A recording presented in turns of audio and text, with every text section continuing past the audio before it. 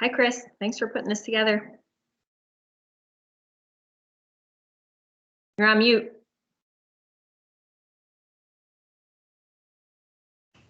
Sorry, no, I was just giving a lot of credit to Colin and Angelo and Sarah, who played important roles as well. Absolutely. My thanks to all. Yeah, what a great list looking at the participants. Wow.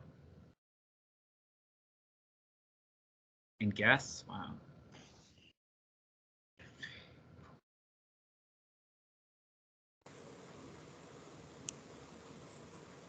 Great. Well, we'll have people coming in, but we can get started with introductions. So welcome everyone to our Diplomacy Alumni Association event. I will be moderating. My name is Sarah Valero. I am also the communications chair of the DA board, and I graduated Seton Hall with my master's in 2016. And excited to have other panelists here as well, representing nonprofit careers. We have Erica Rodas with the French American Chamber of Commerce, Bethany Telema at the International Rescue Committee, and Eric Cohen's at World Learning. So yeah, let's just get started and begin with why we're here. We have a number of alumni as well as current students from the school here. So let's start with you, Bethany, and I'll give this to the rest of the panels. We'll kind of do round robin here. But what made you interested in attending Seton Hall? What was your focus in diplomacy and international relations? You know, when did you graduate? That sort of introductory would be great to start.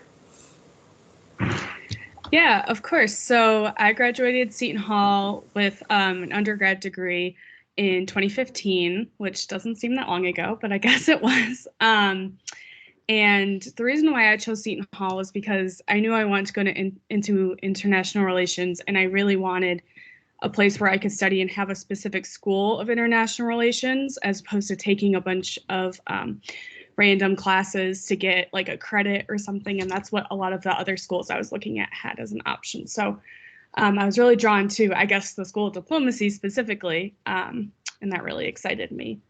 I was a double major in international relations and also modern languages, and my languages were German and Russian. So kind of Eastern European centric was where I focused my studies. Yeah, I think that was most of what you asked for. Great. How about you, Eric? Yeah, I graduated in 2005 and from the School of Diplomacy, and I opted to go because of its proximity to New York, United Nations, international organizations.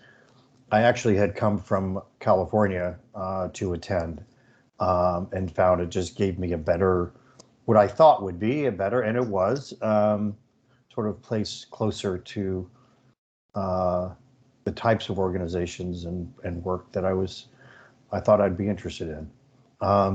I focused on, I came from a nonprofit background and was very interested in how communities reacted to economic and different changes through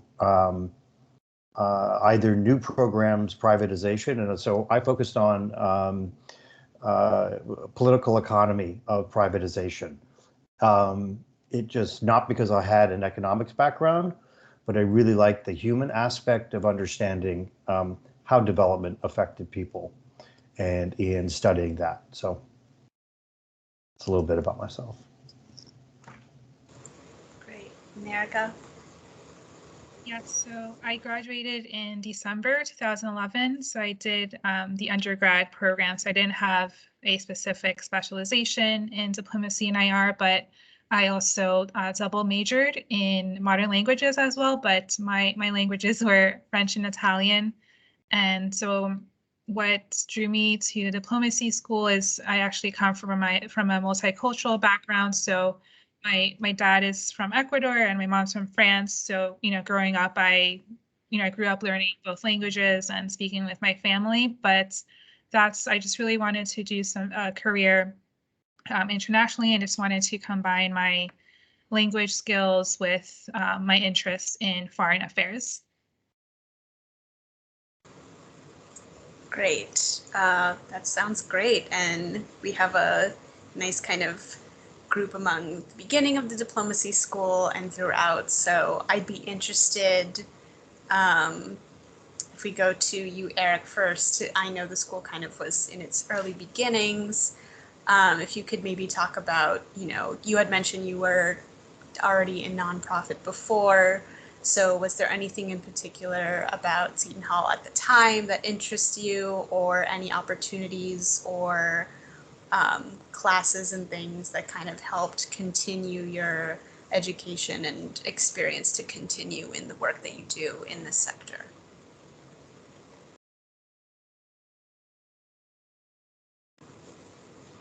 You unmute, Eric.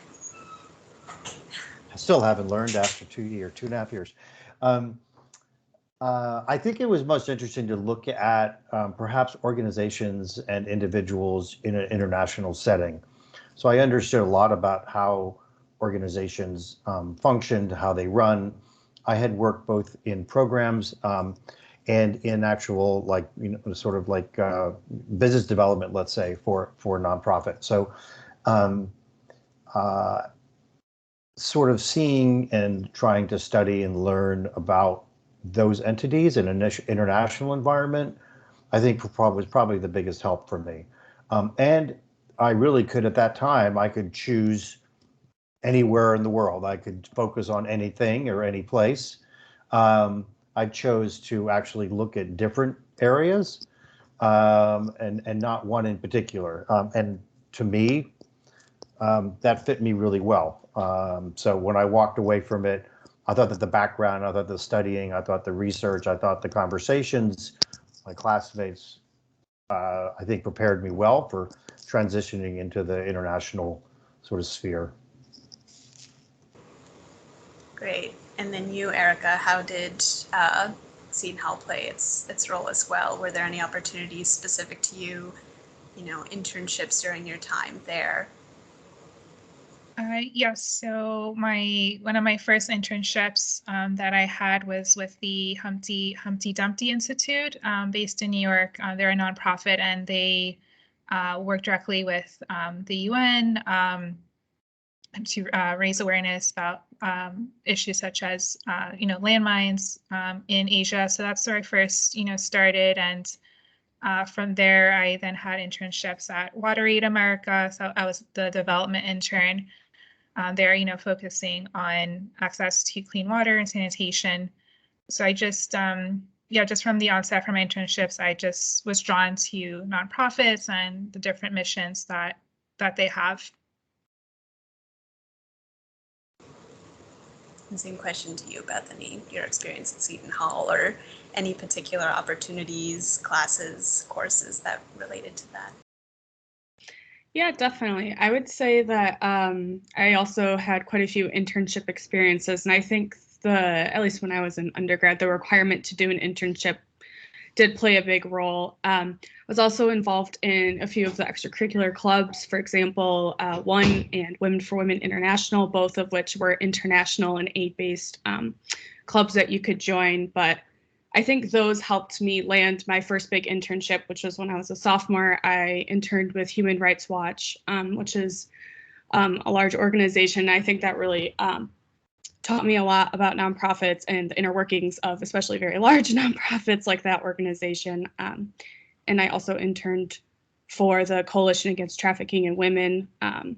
And again, that I think my studies and just the classes I took also allowed me to interview better with those organizations. They could ask me questions, and I didn't sound like a college kid who didn't pay attention to the news or anything like that, because I did have a strong international background. I could, I was still young, but I could at least discuss some of the things that they were discussing, like in the office and things like that, which I think really helped.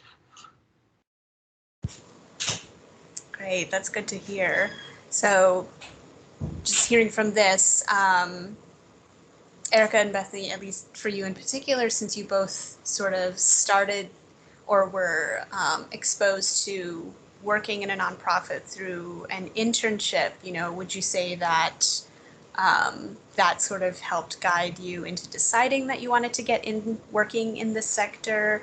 Did you have any mentors at the time that kind of connected you to figure out that this is what you wanted to go into? Or, did the internship itself kind of lead you into this sector to say, this is something of interest. I really like working in this area. I think I'm going to, stay further in it. So either one, happy to start. Yeah, I would say for me, it's just, for my first internship, I just really interested in nonprofits, and I don't know, just like me, I always want to, try to make a difference. So that after my first internship, that's what moved me to, see other nonprofits and their missions and what speaks to me more. So right now I'm at the French American Chamber of Commerce, and we focus on French American business relations, but I work specifically in the visa department. So cultural exchange, so access to, education and the cultural exchange aspect. Yeah, I'd say for me, I came into Seton Hall knowing I wanted to work for a nonprofit. I had done a lot of local, national, and international volunteer work as a high schooler, so I knew I wanted to do that. But I'd say my internship really honed my focus within nonprofit work itself. For example, I discovered I'm not a development person. Fundraising wasn't exactly my forte, or maybe I just didn't enjoy it as much. So I kind of learned that I didn't want to do that through one of my internships. So I'd say that especially having those internships really gave you access to see the different sides of a nonprofit. And then you can decide when you graduate, I do want to go out for that development position or programming position, as opposed to just kind of applying willy-nilly and not knowing if you have any experience and if you're going to enjoy it either. Because I know a lot of people who've switched within nonprofits because they found out they didn't like one part or another. So I'd say it really helped me kind of focus in on what I wanted to do. Good. That's a good transition, because I was going to turn to Eric, since you had mentioned you kind of were already starting and working with communities, talking about economics, and now you're at World Learning, so that's pivoting to education. So did your interest did it pivot based on the mission of the organization? Was it interesting to go from finance to education? Was it just more aligning yourself with the mission of the organization in particular, or you just kind of started to understand the different organizations and just found one that kind of worked well with what you wanted to do? Yeah, interesting. I did the political economy, but it was because I sort of had this interest, and I said, I'm just going to dive into this to really just to feed my curiosity about, I think, how development impacted communities, right? So I didn't have a background in it, and I don't think that I necessarily planned on staying sort of in that sort of economic sphere or privatization sphere of development. But the school of diplomacy gave me the opportunity to go explore it, and I just decided to do it. And then when it came to go back to what was I going to do, I first started as a program officer working on training programs for persons from Eastern Europe and former states of the Soviet Union, Central Asia. But for me, that was a direct link, because they were coming from organizations that dealt with persons with disabilities, or were dealing with environmental issues, or were dealing with community issues and things like that. Well, I knew those types of organizations. I happened to be from Washington, D.C. I moved away for many years. So I understood the lobbying and legislative world. I worked with a lot of different. So what World Learning gave me was, I had that background, and so I could go to World Learning and continue to sort of apply that knowledge, and accept working with audiences from overseas. And to me, that was a really good transition. And I think I was actually pretty lucky. Like, I think I actually was able to step in and continue to this day to tap into those experiences, including experiences I had last week, 5 years ago, or 10 years ago. And that's what I really like about what I do now. Great. As you all have, gone through working for various nonprofit, not-for-profit organizations, and I was kind of thinking, Eric, as you tapped into how working in one place kind of helped you transition to your work now. Would you say, were there any training opportunities at your current work for all of you? Was it training on the job, as you had mentioned, whether it's just taking your experience from the previous job to this one?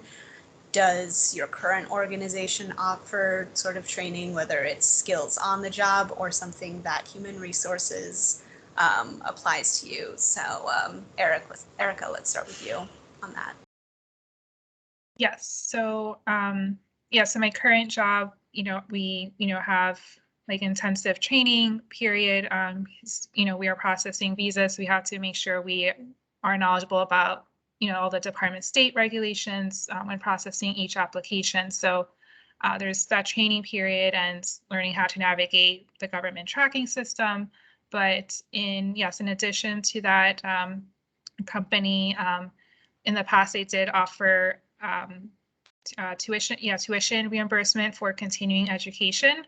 So they're looking to start that again, I believe this year or next year as well. So I've definitely taken advantage of that as well. So, in courses, like project management or public speaking as well.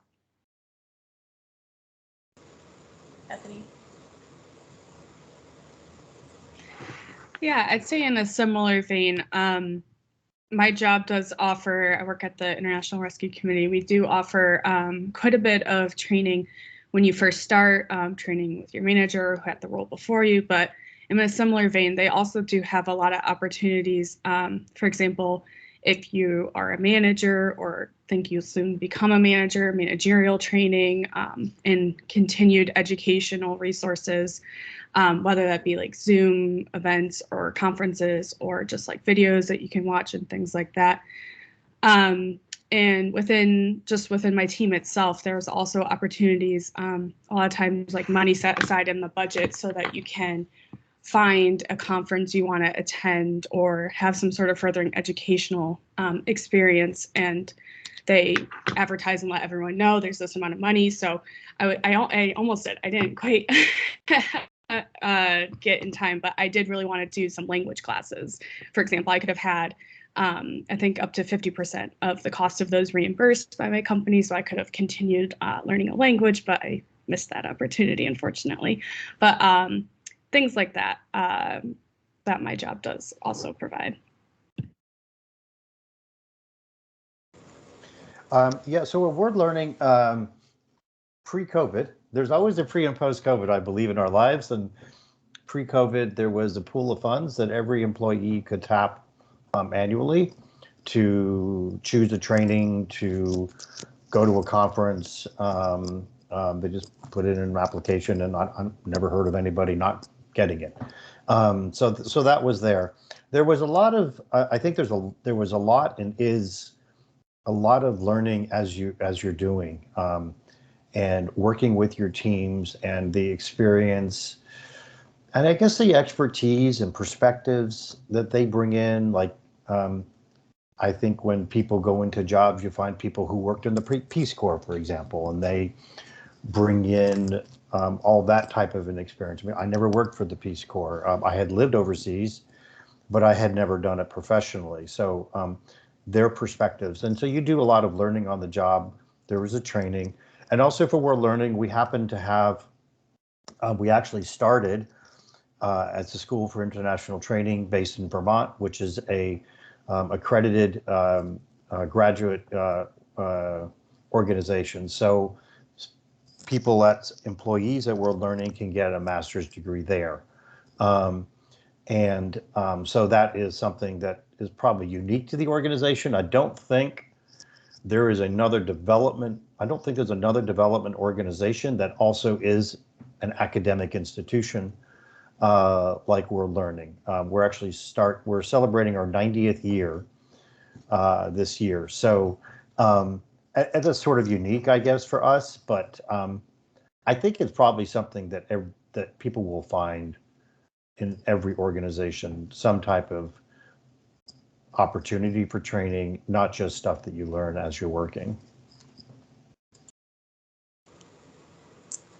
Great. I'll have one more question for all of you, and then I'll turn it over to the audience so you can all kind of have your questions ready in your head. But so, as mentioned, like we have a number of alums who are interested in nonprofit careers. I know many of these are students right now, so sort of, maybe compare and contrast based on when you were looking as a student or looking at a job in the nonprofit sector then versus now, as you've all been in your current careers for quite some time. What are position titles that say someone should be looking for if they're looking into entry level? What are the different job opportunities? Like, should I be, if I'm a student in communication, should I be looking specifically in the PR side? Should I look at social media? Should I look in marketing? And typically, like, what are those different interests? Like, how can those be applicable when thinking about, making that step into applying to a nonprofit organization? So, Bethany, I'll have you start. Great. Yeah, I would say that definitely looking for an assistant or associate level position is best right out of graduation. And I think really marketing, even though it might seem silly, marketing things like Microsoft Suite proficiency, it sounds like a basic skill, but I think when you're in the workforce, you discover it's maybe not a basic skill, and some people don't have it. Or if you are having like a minor in communications, definitely looking into PR, but also, as you mentioned, social media, or a lot, especially if they're large organizations, they have like a communications department or an external affairs department, which also deals with a lot of communication. So if there's a specific organization or group of organizations you really love and care about, you can even just search on their sites. Usually they'll have like a whole careers page. And I know I definitely stalked a few pages when I was looking for jobs as a recent graduate, and found just all of those basic associate or assistant level positions and would apply to them if there was an org I really cared a lot about. So, yeah. Great. Eric? Yeah, I think it's interesting. I think it's good to sort of research an organization and see if the type of work that they do either is a primary focus or even secondary focus is a personal interest. I think there's a huge, as Bethany said, there's a huge area for communication, social media, any type of, you mentioned Microsoft Suite. I mean, we're moving into, it's a digital age, not to say the same thing that everyone else says, but that's the reality. And not everyone knows it. And if you've got the skill set, it can be very valuable, and market it for sure. I think also in communications, my sense, I think it's true here, and I think probably other places, is that there's a lot of good ways to get some hands-on work in the communication social media realm. If you're good at it, you're going to rise quickly, because not everyone's good at it. It's hard. It's a great skill to have. I think in terms of, other areas, I mean, I think titles are fairly similar. You have program associates and senior program associates and program officer, and you can look at, there are organizations that people assume are nonprofit but actually are for-profit. that work in the nonprofit realm. So, look at that. So I'm not saying that because it matters, like they're just not a good or bad thing, but they function differently, and the roles of employees are different, and there's a small profit aspect to those types of organizations that work in international development. So it's a good thing to just sort of be aware of and watch as you're doing research. And I guess the last thing is have a good sense of where you sort of would like to go, what you want to explore. You can always move around. People are doing it all the time. But if you can get into somewhere and it's because you did some good research, you think it sort of matches what your areas of interest, then you could develop some roots there and start to grow out of the PO or the PA, program associate, program officer. Then you could become a senior program officer or a program officer 2 or whatever. Like there's all sorts of little variations and gradations depending on the organization. But if it speaks to you and your interest and your passions and your drivers, that's really going to be that's really going to be a big help to you. We can't always get those the first time around or the second time, but look for it. I think it makes a difference because your life, you'll be happier and you'll get further more quickly because you're really buying into everything that you're doing on a day-to-day basis.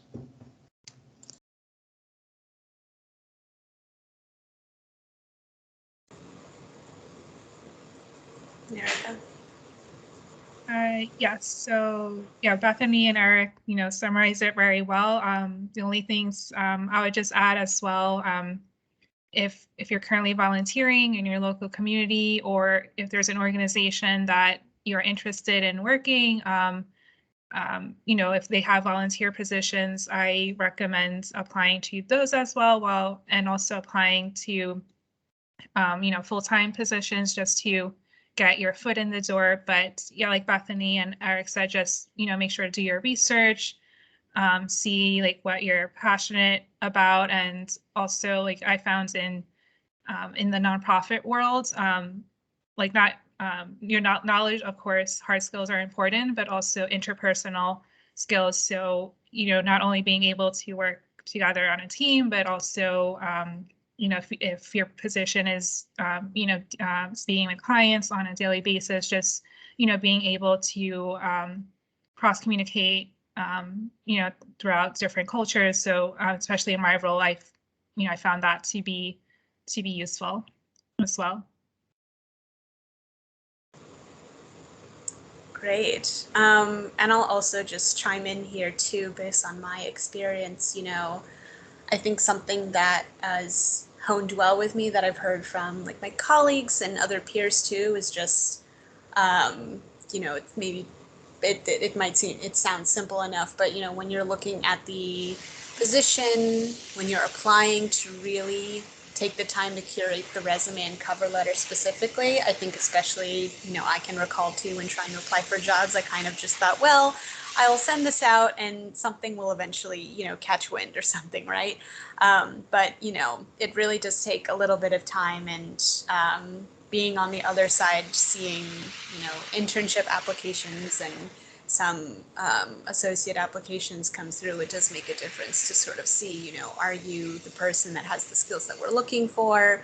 Is your cover letter, someone who we want to have on the team because we're looking for X, Y, and Z, and following that format too. So, any of the I know that the school offers to kind of help with the resume and interviewing is also super helpful for nonprofit and any other careers as you're looking through it. So great. So we're halfway here. So I guess I leave it up to if anyone has any questions to raise their hand, and I guess I'll just kind of call them on as I see them. Yeah, or you can chat them in. I'm happy to kind of have this be a bit more open. And yeah. Wait, I'm doing that. I need to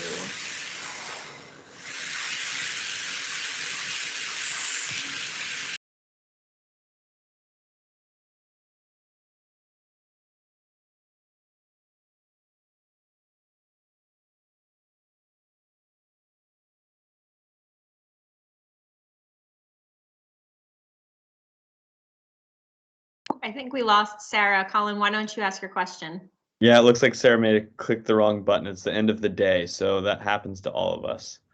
Hi everyone. So first of all, thanks so much for doing this. This is incredible to learn from all of your experience, and I know we as alumni appreciate it, and hopefully there's some current students in the call that are getting some value out of this as well. I wanted to ask each of you to share some of your successes. What are some of the things that you're really proud of that keeps you coming back to work every day? You know, gives you those tingles when you're logging in the morning from your couch or from your office. But really, like from your career, what are some of the things that you're most proud of and want to share with this group to really explain, you know, it's more than just the day-to-day job. You're actually doing things that make a difference and get you excited to wake up every day.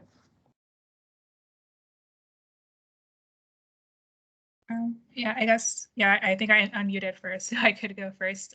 So for me in my current job, so I mean, it does, like right now, you know, it could get, you know, stressful with all the visa application requests come in, but like at the end of the day, what motivates me is, you know, making difference in a way. You know, we're making, like to joke around with my team, like we make dreams come true.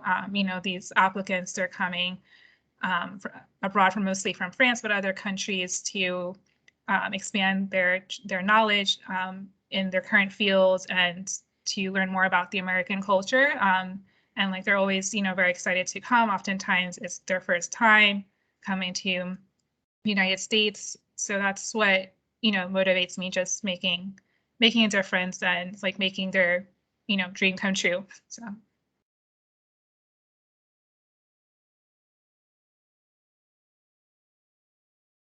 That was amazing. Thanks, You Erica. go, Bethany.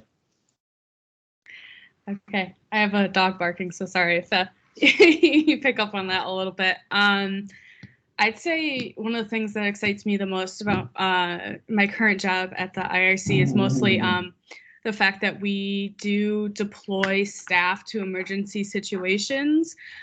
So they might put out a call seeing if someone can make a 2 or 4 week deployment to a certain area.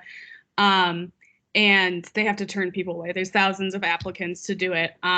So I know I've been turned away a few times. So it's one of those things where it's very exciting, and it's really amazing to work in a place where there is that much commitment to what you're doing and that many people who are ready to like drop their lives for that amount of time and go,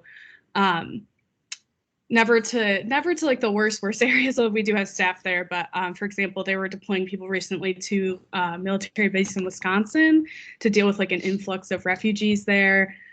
Just basic like cataloging people and keeping lists and trying to keep things organized and things like that. So that part really excites me, just the rapid response of my current organization. And like I said, like the community and the coworkers who are really passionate about their roles.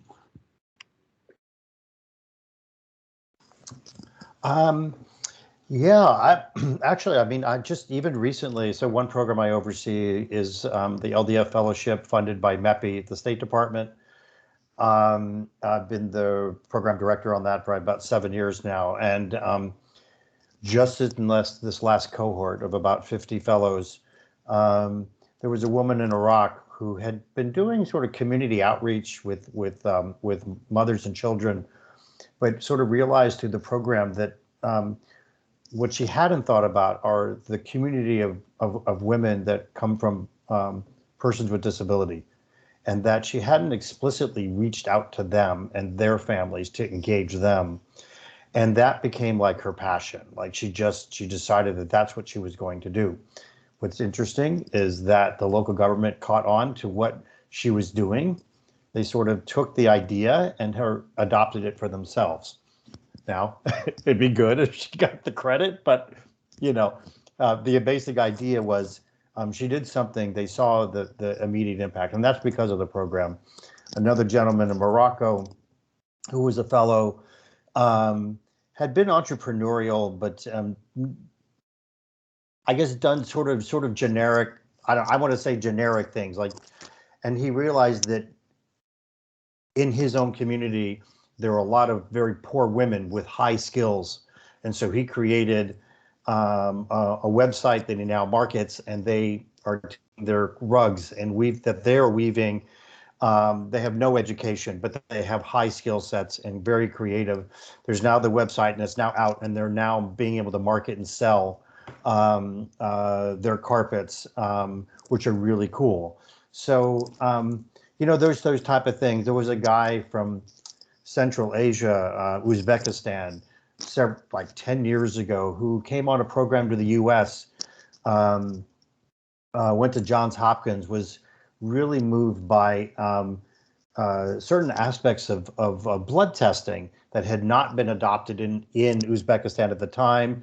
He was connected with the Ministry of Health, and he brought back something that has then been integrated. So there are all these like little stories and little things that happen, and you don't know what is going to happen. You don't know where, who, why.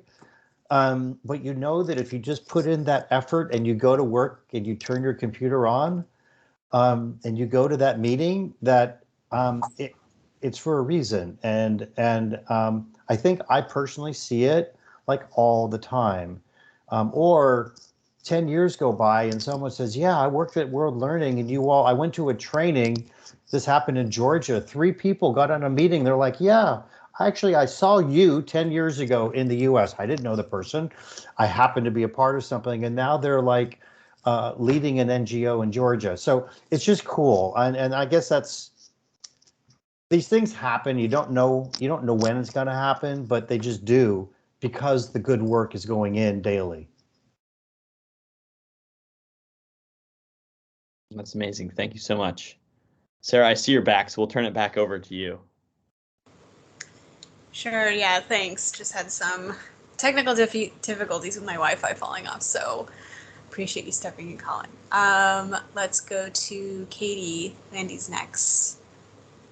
Hi, everyone. Thank you so much for joining. I think it was great to hear your perspective.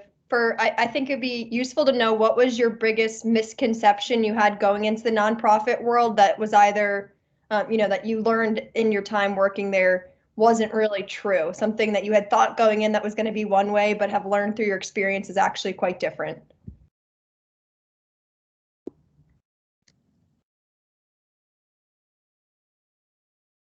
Sorry if that's a tough one.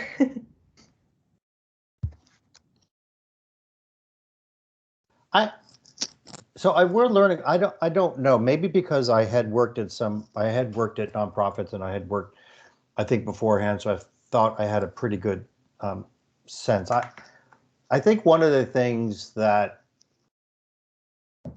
I have found to be a bit true, and I think this goes important for people and personalities, is that you can go and work for a very large organization. You can go to work for USAID, you can work for the State Department, Foreign Service. But your experience, what I found, like in working with those organizations, not in doing direct programming, but just working with them, that my capacity for me to be the type of independent thinker, independent actor, being able to move around, wasn't going to happen there. Right. So I actually flirted with the idea. I actually did apply a number of years back. I did do some interviewing and really discovered, like, that's not for you, Eric. Don't continue following that. Like, I've been at World Learning since 2005. I just haven't found a reason to leave. It's just a great place to be. So I guess I'm very lucky. But I guess that was that sort of discovery, like, go after it because it looks really interesting, but then it didn't fit me as a person. So I sort of decided not to go do that. And working in sort of the non-governmental development side with NGOs was better for me. And I guess maybe that's something I've learned. It's not exactly your question, but something I've learned. I can chime in here a bit. I think for me, when I was starting to look into working for nonprofits, you know, I was kind of introduced through the United Nations. I was really interested in that sort of aspect and countries working together, people, communities, and that. And I think for me, the one thing that, at least just in my perspective, so that's the caveat there, was, you know, when you think nonprofit, you kind of automatically go to this, there's a philanthropic mission and we're doing good all the time sort of idea. And then as I got to working for different organizations, you know, there is a bit of that, and as the panelists have all mentioned, you know, obviously there's, each nonprofit has its own mission and desire of what it wants to do, whether it's education, whether it's building communities, rebuilding communities and families and the like. So I think for me, kind of refocusing the attention to say, okay, what are the missions, or what are some things that I'm really interested in that an organization kind of aligns with, that I can see myself working in. And then that kind of helped me focus more on, okay, you know, I'm interested in learning more about the research review and for U.S. foreign policy, for example. Like, how can we better communicate that to people who are interested? And that sort of led me to my current work in outreach at the Council on Foreign Relations. But I think that was, for me, a misconception, was then like pivoting my thinking to think, okay, what are the, you know, what are the different missions of organizations, and how does that best align with what I want to do in this sector?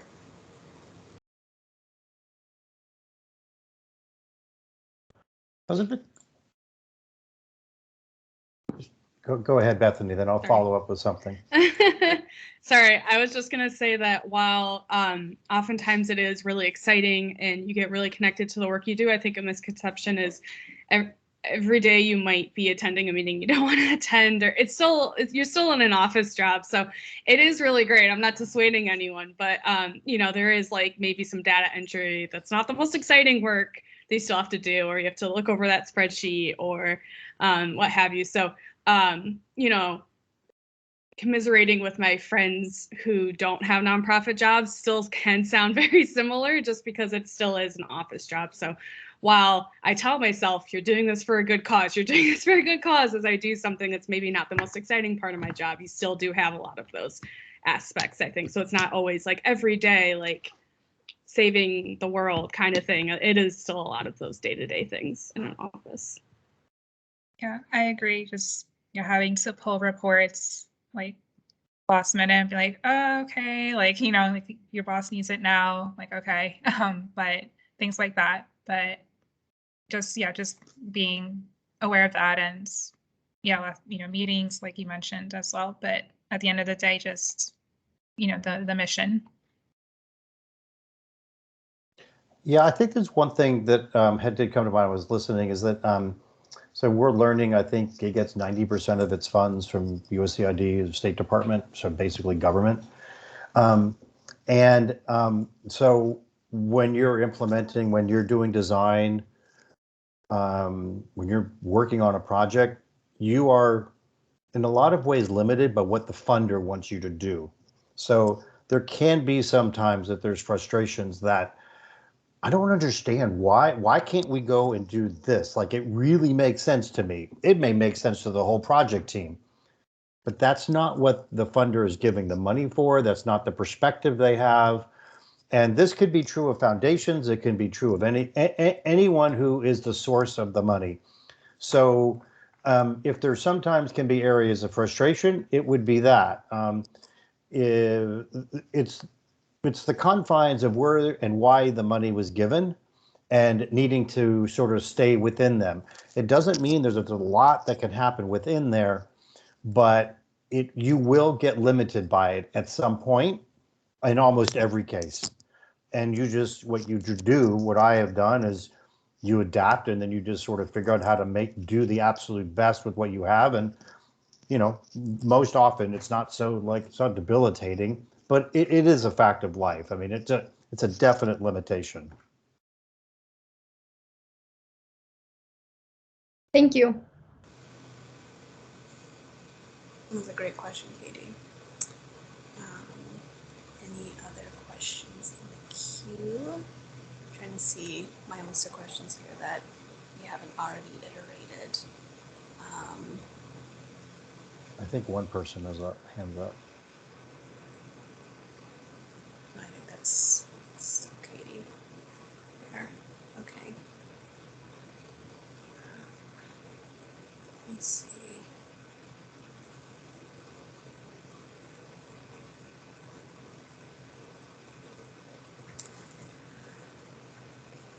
I guess one question to throw off a little bit on the your typical job interview question, you know, if any of you want to name a time where it was, you know, either a project or a difficult time working with your colleagues, or, you know, in this case, Eric, that reminds me too, you know, if it's not just funders too, but a lot of nonprofits have grants. And so there are objectives in your grants where you have to fulfill certain needs, and some of them might be difficult, but you just have to do it based on the objectives that are lined up. So if any of you, you know, want to share a time or experience, or even a project or something that you've worked on in your current role that sort of kind of helped, you know, you learned some different skills, there were new difficulties that you didn't expect, and or challenges that you were able to overcome, I think would be great.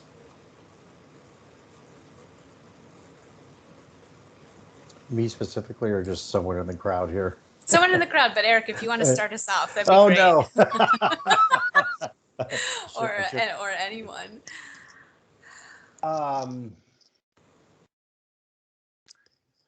Yeah, I mean, I think that there was a, it was actually a program that I was hired on at World Learning, and stayed on for about 5 years. And it was sort of a training exchange program with Eastern Europe.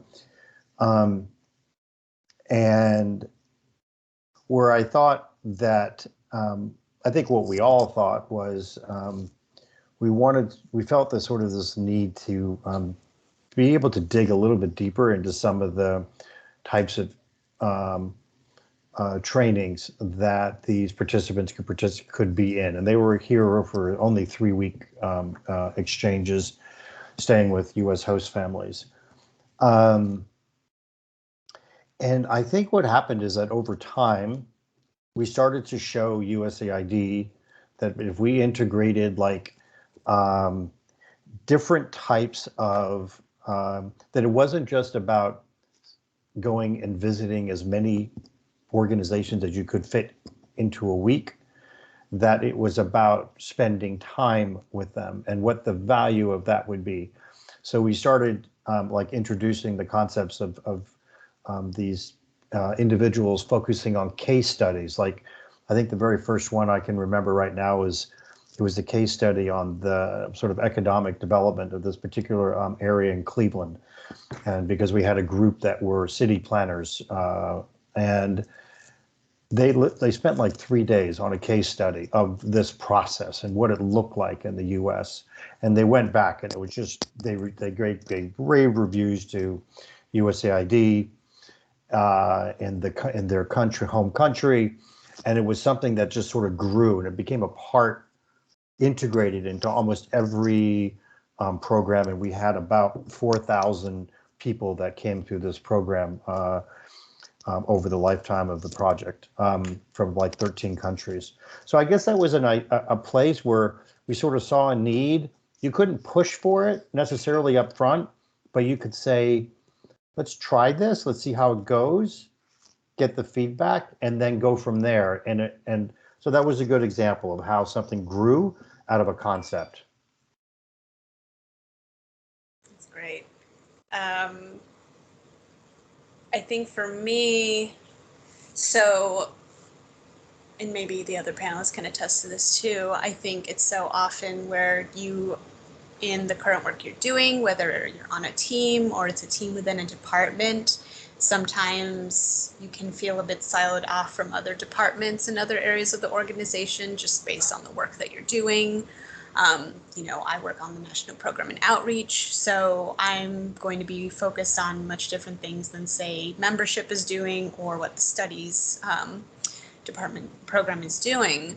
So there are, of course, going to be instances where you have to work with other departments, whether it's through council-wide events or other instances. And then sometimes you kind of forget how to work with other people because you're so focused on, you know, what your directors told you and what you have always been working on, that then it starts to clash. So trying to find kind of like a general common goal or objective to go to that all of us can then work together while still kind of remaining in what we're normally used to has been helpful. Because I think so often, you know, you work in a particular environment or you work somewhere and you think, well, this way has always been the best way because that's how it works, and you don't really want to work in any other fashion. But in the end, you know, as we all know with working in group projects and things, like eventually you have to come to a compromise and try to figure out, you know, the best course of action to work together. I also want to highlight sort of the little chat we have in the conversation as Caroline asked, how could I start to gain experience in terms of internships and volunteer work now? And, you know, I echo what Erica and Bethany have said to either join organizations on campus to kind of get experience there, you know, even in the anything you can, I would even advise to anything you can get with like event related work, whether it's like someone, an ambassador, someone is coming to the school, if you can help in that aspect, because you tend to find too, especially in entry or in internships, that event planning, or even whether it's taking in registrations or RSVPs or just the logistics of events, like is always going to come up in one form of another. So that I find is very helpful. And Bethany had mentioned one volunteer opportunity can lead to larger ones. So yeah, anything that you can find. And of course, yeah, connecting with alumni on LinkedIn. I know a number of students have like connected and reached out just to even, you know, message me to say like, I see that there are internships, like, do you have any advice, or willing to take an email or phone conversation to kind of get an idea of your career trajectory, I think is also helpful. And yes, of course, take advantage of the career center at the diplomacy school. So that's all. I was just going to add, I don't think it matters where you are. Everything that Sarah just said applies to no matter where you are. If you're coming right out of undergrad, or you've been working for 10 years, or you've been working for 5 years, that's what I did. I mean, I came as an older student and I volunteered. I went and Dean Halpin, I knew her a long time ago, and I would go and like, how can I help? What can I do to get engaged? What can I do at the school? It didn't matter that I had been working for a while. I was going into a whole new environment. People needed to know that I had particular skills, and I needed to learn what other people were thinking about and wanting to do. So it was equally important for me as it was for any of my other classmates who may have come either directly from undergrad or had only worked for a couple of years. We were all searching and doing the same thing, and we all needed to do the same thing, and it worked. It worked out for all of us.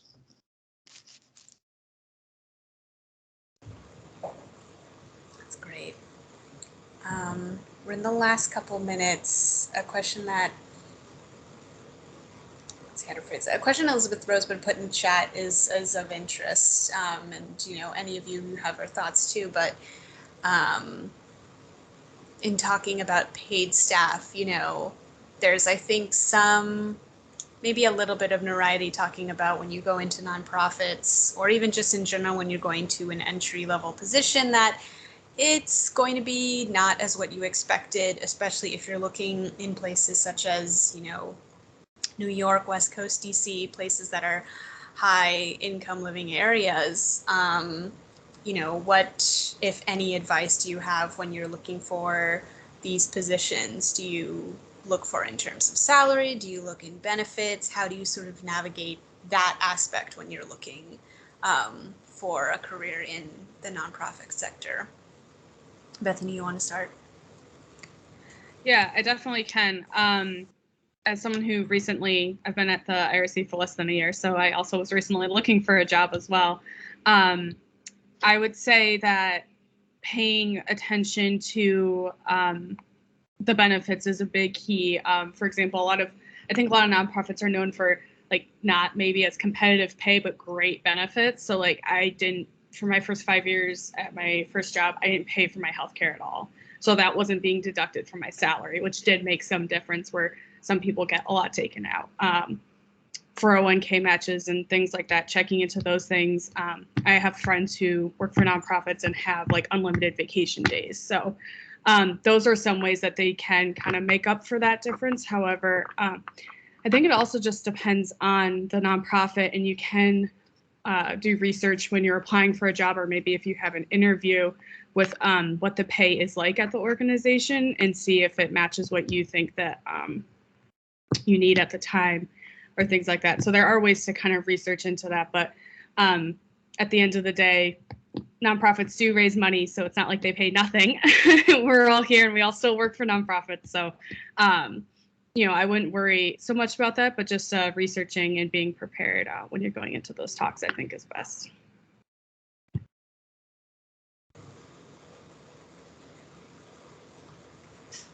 Great. Erica or Eric, thoughts?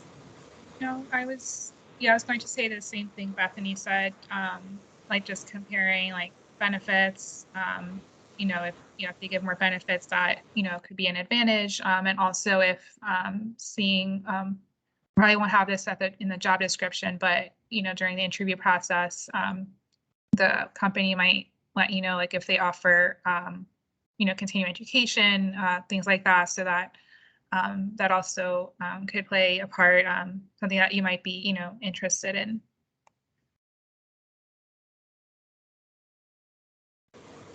Nothing else to add. Yeah. Great.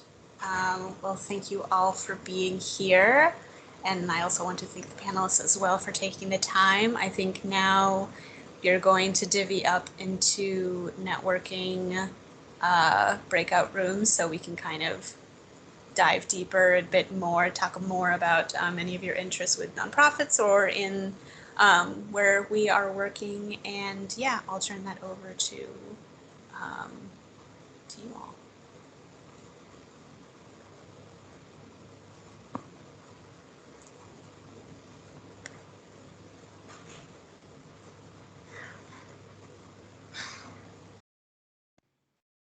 Sorry, my Wi-Fi was a little bit slow. So I'm currently opening the breakout rooms. So it didn't give me an option to allow me to have everyone pick where they wanted to go. So I just evenly divided everyone up. So there should be one person, representing the organization, and then 5 students or alumni in the room. So once the breakout rooms open, you guys should have the options to go into those respective breakout rooms. Alondra, can I just interrupt real quick? Sorry to jump in, but I just wanted to say thank you to all the panelists. You all did a great job. I always say when I'm meeting with students that it's great to teach because you learn from your students. Well, I certainly learned a lot from our alumni tonight. You guys are shining stars. Great insights on your careers, and I'm glad there were a lot of current students and fellow alumni, because I think there were a lot of good portions of good pieces, of advice along the way. So thank you to Sarah and Bethany and Erica and Eric, because it was a really great session. I remember you all as students, and it brings a smile to my face to see where you all are now. So sorry to interrupt, but I just had to say thank you. It was a wonderful session. Great job. No, please. It's taking a little time on my end to open the breakout rooms. I think it's just a little bit slow. But eventually you all should start to get those invitations for those to come through.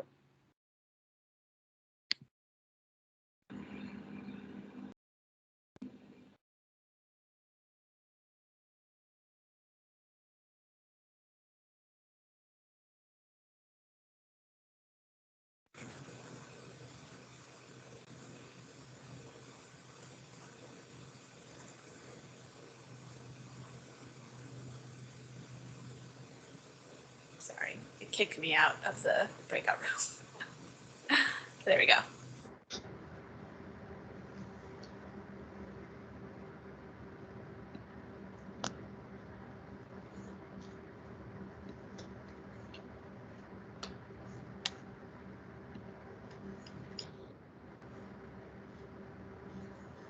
Oh, is this the breakout room or? Yeah, or no, the breakout room should.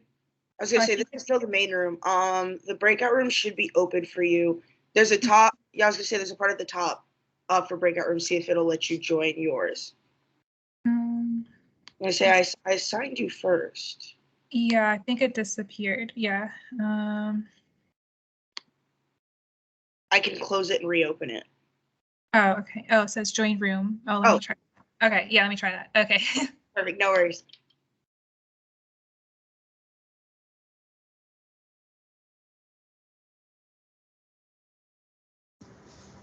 Yeah, I don't see anywhere to join rooms.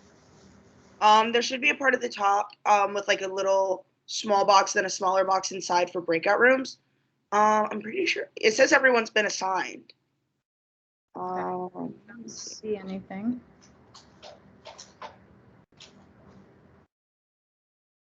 I was gonna say, yeah, it says you're assigned to a breakout room. So how do I go to it? Are there on the top bar there should be like several little icons in the top right corner? No. Not the participants tab, the chat feature, the reactions tab. You don't see that? No, I just see it says meeting, Microsoft Teams, QSP, and then it says just the Apple, Microsoft Teams, edit, view, window, help, that's it. And then I can minimize or close. And then when I click on there, it just has the camera, microphone, open share tray, raise hand, start, show conversation, show participants, that's it. Okay. I have. Let me see where you're assigned. Give me one moment.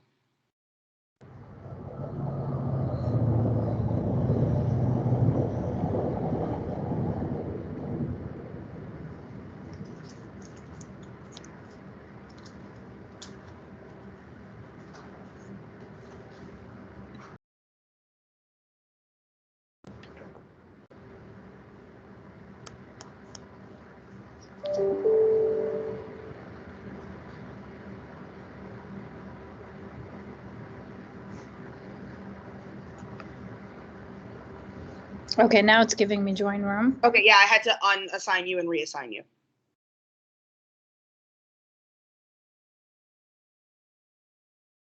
Okay, perfect. And I will hang out here for a bit in case there are any sort of troubleshooting issues in the meantime.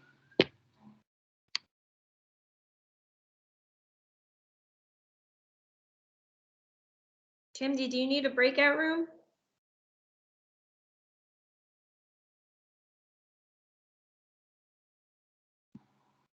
Might be away from the computer for a moment there. Okay, got it. All right, well then I'm gonna go check out some of the rooms. Okay, I'll stay here in case there's any tech issues. Thanks, Alondra. Not a problem.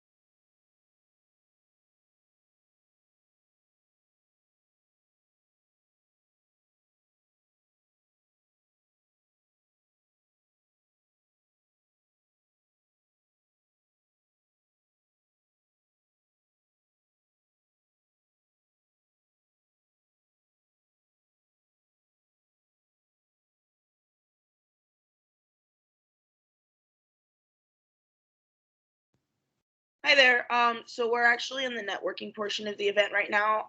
So there are different breakout rooms for each organization. So for the International Rescue Committee, French American Chamber of Commerce, World Learning and Council on Foreign Relations. So is there a specific room that you'd like to be a part of? Troy?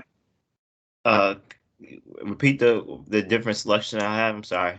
Sorry, guys, I went through that kind of quickly. Yeah. So we have the International Rescue Committee, the French American Chamber of Commerce, World Learning, and the Council on Foreign Relations. Let me see the Council on Foreign Relations. All right. Yep. Give me 1 second. I'll assign you. All right, thank you. Not a problem.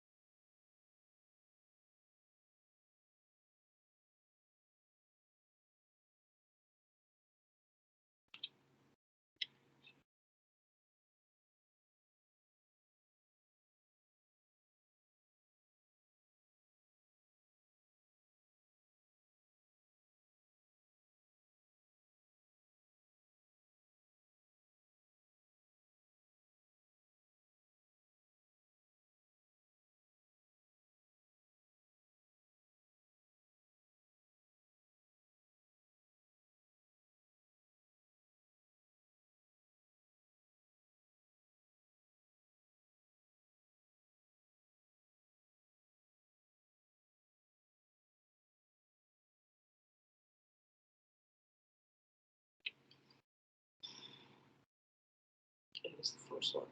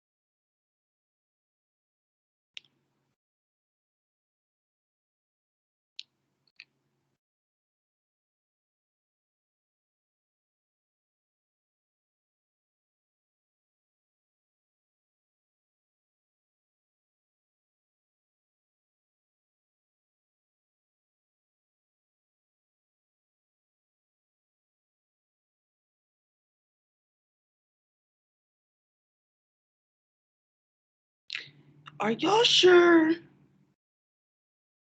Are y'all sure?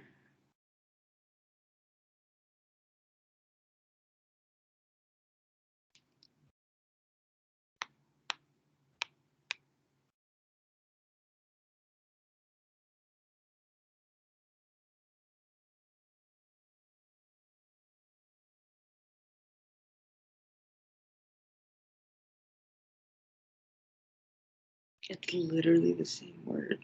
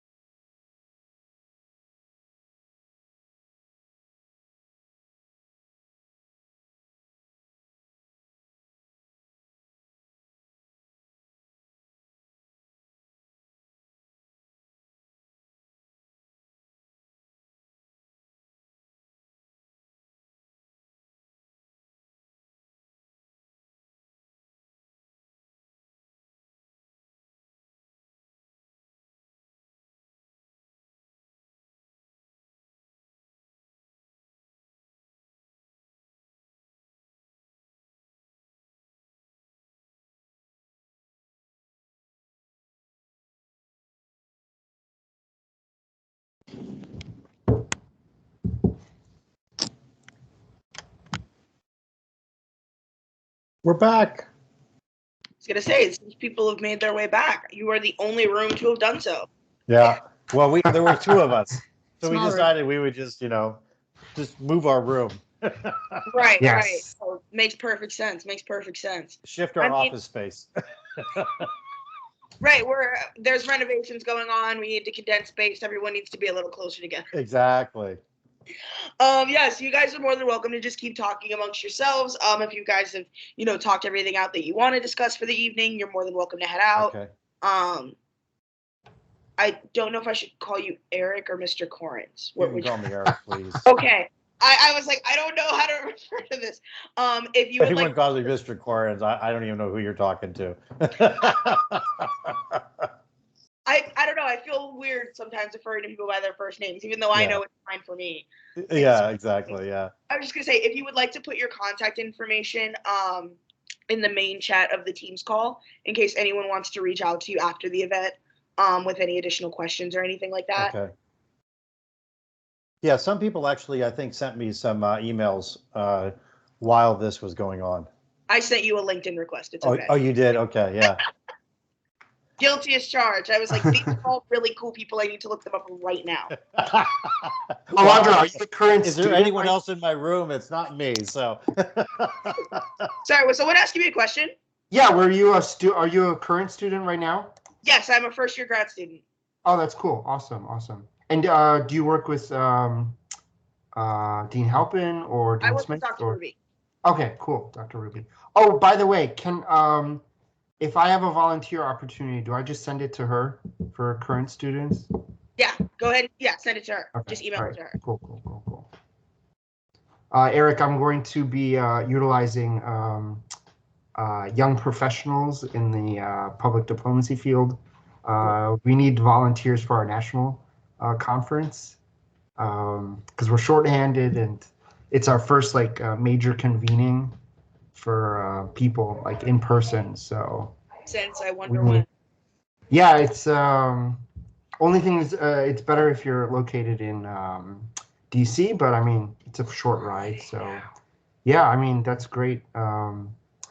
That's fine that that's awesome that you're in grad school and it's going to be your second year next year. And are you in person now? Yeah, we're in person now. Okay, It's- cool. Yeah, well, it is in person, but all of my classes are online. So I still go into the office, but it's nice because I can still meet the professors and talk to people and go to in-person events, even though my classes are all online. Gotcha. Okay. And Yeah. do you can I ask where you're living and on campus or off campus or? I live off campus. I live in Irvington, Okay. All right. Cool. like 10-minute drive, so it's not too bad. Cool. I No, thought everyone was gonna live on campus, but apparently I'm one of the closest people to school. Like everyone else that I know lives in like Hoboken, Oh wow. Paramus, Jersey Oh, wow. City. I used to live in Hoboken. It was amazing, especially because you've got that reverse commute. So it's a little bit rough coming home, but the morning commute was a breeze. That's I was gonna cool. say morning commute probably is very nice, but I could not imagine trying to go home. Yeah, Like I think when from my apartment. I think I lived in West Orange. Mhm. You can see the Garden State Parkway from my apartment building, and it's just like clockwork every day between like 3 and 4:30. It's just bumper to bumper traffic out there. Like one day when I have time, I just want to sit out there and watch it start. I want to see how it starts because I feel like every time I look out the window, it's either not there at all, everything's fine. Like right now, it's totally fine, or it's just bumper to bumper traffic. I never see it start. You should do time lapse photography. Like just take a I should picture get, like, a like time every lapse. 30 seconds, right? And just let it Right. go. You just let it go and then just watch it like And for I'm like, okay, when Yeah. does the traffic start? yeah. And normally the reason why is because I wake up from my nap to the sound of people honking outside. Like, go, move it. I'm trying to go home. Jersey. I'm gonna say, I don't think it gets better in DC. I don't think No, you're it does gonna- not. Yeah. No. I've been working from home, and we're a little bit outside, so I've so far been graced to avoid the vast majority of that, though. My fiance has been stuck in traffic for the last 2 days. There've been some kind of big accident, and he's been close to an hour late for work. So I think I'm sucking up all the good karma in the house. Oh man. No, I did think I gotta jump off. I'm sorry, I have to jump off. I gotta go feed my daughter dinner. But it's nice to see everybody, and yeah. Thanks for being part of the panel, Eric. Great to see you. so Thanks for all your advice and good counsel. Yeah, thank you. It was great meeting you. Talk to you Great later. meeting you, Eric. Bye. Yeah, me too. Thank you. Bye. Seton, but I'm not sure if you saw my message. I was wondering, I haven't had any tech issues. These are the first people who have sort of popped back in since we did the breakout rooms. I was going to say, I asked Eric to put his contact information in the chat, which he did. I was going to say, is there anything else that you need from my end? Nope, absolutely not. I was thinking I would just pop back in and to sort of give people the out to leave, right. Since it's like coming up on 7:30 now. Right. So I just pop back into the chats and say like, thanks for joining us, and that's it. All right, awesome. All right, yeah, I just asked because I have another meeting that I just immediately have to go hop on for 7:30. Just wanted to make sure. I appreciate you and all your help today, Alondra. Not a problem. Take care, guys. Bye. Thanks, bye. Bye, great to see you, Bjorn. And Nice you to see you as well, as Elizabeth. And Eleanor, I think hopefully we'll run into each other at some point. Yeah, definitely. I'm going to reach out to you on LinkedIn first thing in the morning. Perfect. Yes. Yay, so this works, right? Yes, definitely. Our mission has been achieved. Networking happened. Exactly. Are all the other rooms closed, or? The other rooms are still open. So I'm going to jump into those rooms and wish everybody good night. Okay. Yeah, I'm going to head out too as well. But thanks for organizing this, Dean Halpin. Yeah, thanks for joining us, guys. Bye. Thanks, everyone. Ciao.